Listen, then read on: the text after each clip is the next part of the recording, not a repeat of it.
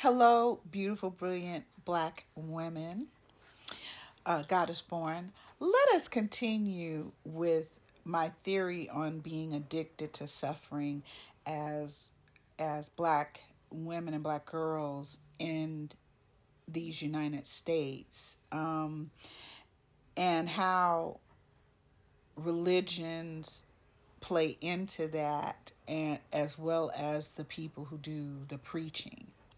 Okay. So remember, we're going to end up connecting this back to the likes of the ministers that may be in your pulpit, girl. Like y'all, some of y'all like that ass TD Jakes, whatever the hell the man name is. Bishop, is he a bishop? I don't even know what that's supposed to mean for him, but whatever. Let's get back to the author of When God Was a Black Woman. He says something here, and I want us to really pay attention as black women, right? Just think about what's being said. Any addictive relationship, because remember I said what the world has tried to make sure of, and that includes white supremacists, people, that includes fucking black males, that includes other groups of people. What the world is trying to make sure of is that black women, black girls, indigenous women, and indigenous girls are accepting of their lot as enslaved or prey in the minds of all of these other demographics who feel like they have the right to use our elemental powers, our brilliance, our creativity, the and our tremendous, incredible cacophony of experience, education, the knowing of being the first beings who walked upright and reproduced other humans. That would be black women and black girls. Okay. And then tell us that we're nothing, all the while they are coveting and hating all at the same time because they need our power to survive, live, evolve, thrive, you name it.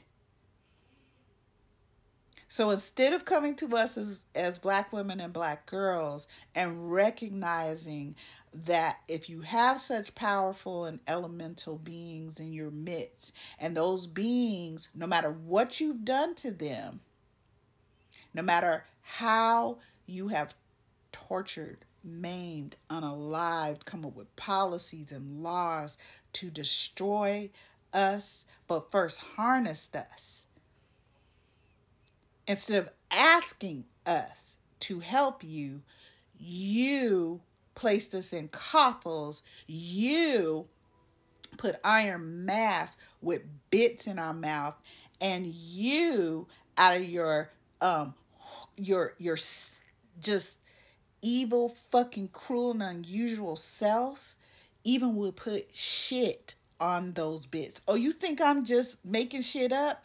Go look up mask and bits and how they used them on us as black women and black girls when they were making us, through all other types of torture,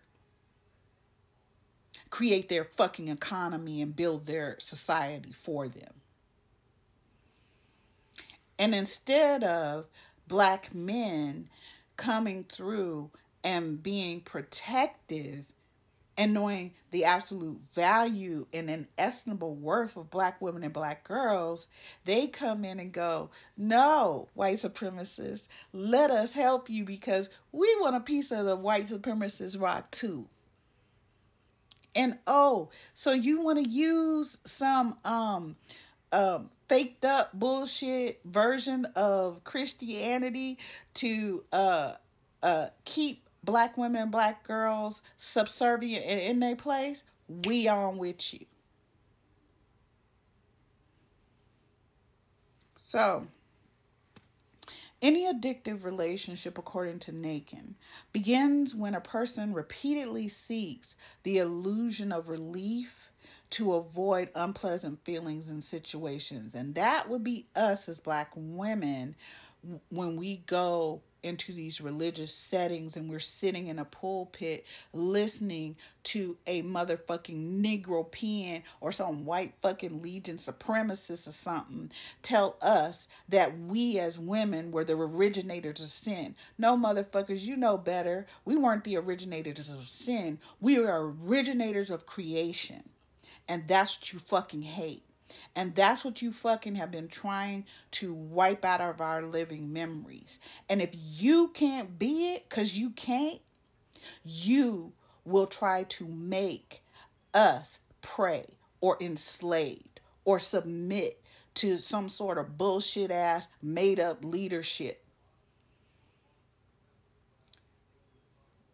You don't have the qualifications to lead such as myself or any other Black woman, Black girl, indigenous woman, or indigenous girl. What you ought to do is bend the fucking knee and hope that some Black women and Black girls, well, maybe even a lot of them, because the Black women and Black girls, indigenous women and indigenous girls, yeah, some of the most compassionate and kind people, even to the people who hate them, even to the people who torture them, even to the people who manipulate and mutilate and grape them. We will take care of your children. We will raise them and we will love on them. Even though you evil as fuck and you plot the destruction of our children. And that includes Black males. Oh, you didn't like what I said? And Black men, what's your fucking point? Oh, really, white supremacists? You didn't like what I said? And I'm grown. What you gonna do? Oh, you gonna tell me you didn't like it? Motherfuckers, I don't care. So, addiction is not only a psychological phenomenon, it can become a sociological, meaning applicable to entire groups of people. So these things can apply to us as Black women as a group, because what we're doing is just what he says here.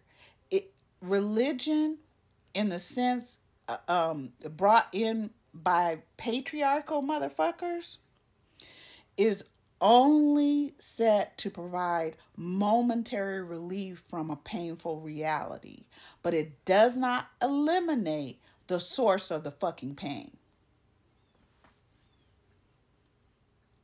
So let me tell y'all something, because I love to cross-reference. I go through my library. I write in my books. I do all kinds of stuff. I take all kinds of notes.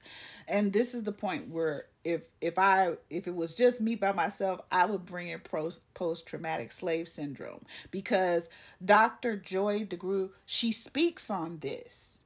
Okay, so if we were to connect the dots between what I just read you and post-traumatic slave syndrome, then it starts to hit home, doesn't it, Black women? Okay.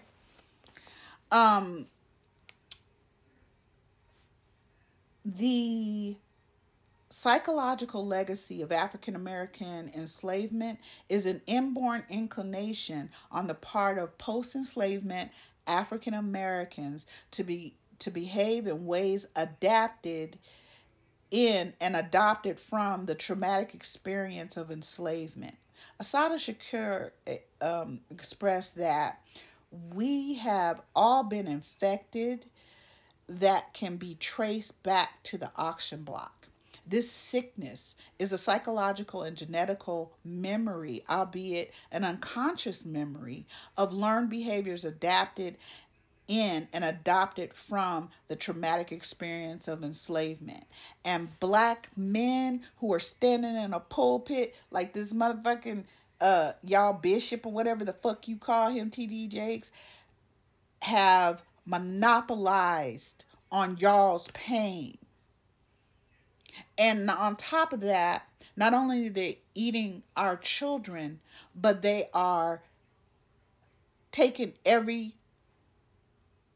every chance to take our money as well.